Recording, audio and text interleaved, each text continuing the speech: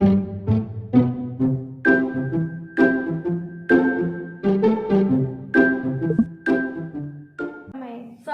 warahmatullahi wabarakatuh.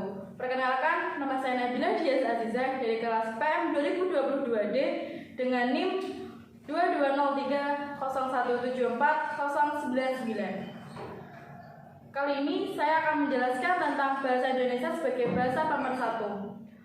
Sejarah bahasa Indonesia tidak bisa dilepaskan dari peristiwa Sumpah Pemuda tanggal 27 hingga 28 Oktober 1928 di Jakarta. Walaupun Sumpah Pemuda merupakan peristiwa politik, salah satu hal yang dikukuhkan dalam pengakuan berbahasa satu, yaitu bahasa Indonesia. Beberapa ahli berpendapat bahwa peristiwa tersebut dijadikan sebagai hari lahirnya bahasa Indonesia. Hal tersebut tampak dalam isi Sumpah Pemuda Butir ketiga, yaitu kami, putra-putri Indonesia, menjunjung tinggi bahasa persatuan bahasa Indonesia. Indonesia merupakan masyarakat yang heterogen.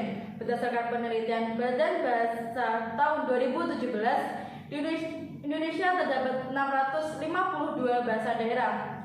Putusan ini berdasarkan bahwa bahasa Melayu, Dialek Riau, merupakan bahasa lingua franca, yang artinya suatu bahasa yang menyebar hampir di seluruh Nusantara.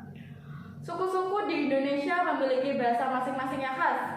Ketika berbagai suku tersebut saling berinteraksi sebagai warga negara Indonesia, bahasa Indonesia digunakan sebagai sarana berkomunikasi. Bahasa Indonesia adalah bahasa nasional yang digunakan oleh warga negara Indonesia.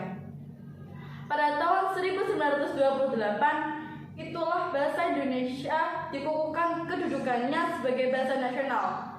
Bahasa Indonesia lalu dinyatakan kedudukannya sebagai bahasa negara pada tanggal 18 Agustus 1945.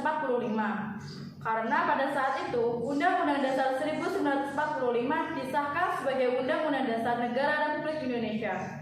Dalam Undang-Undang Dasar 1945, Pasal 436 disebutkan bahwa bahasa negara ialah bahasa Indonesia.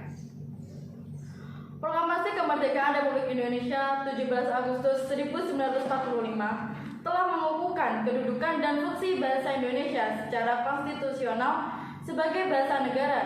Bahasa Indonesia pun dipakai oleh berbagai lapisan masyarakat Indonesia, baik di tingkat pusat maupun daerah. Meskipun bahasa dari daerah masing-masing masih dipakai, namun untuk mempersatukan bangsa, masyarakat Indonesia antar suku menggunakan bahasa Indonesia untuk percakapan sehari-hari. Sekian dari saya, kurang lebihnya saya mohon maaf. Wassalamualaikum warahmatullahi wabarakatuh.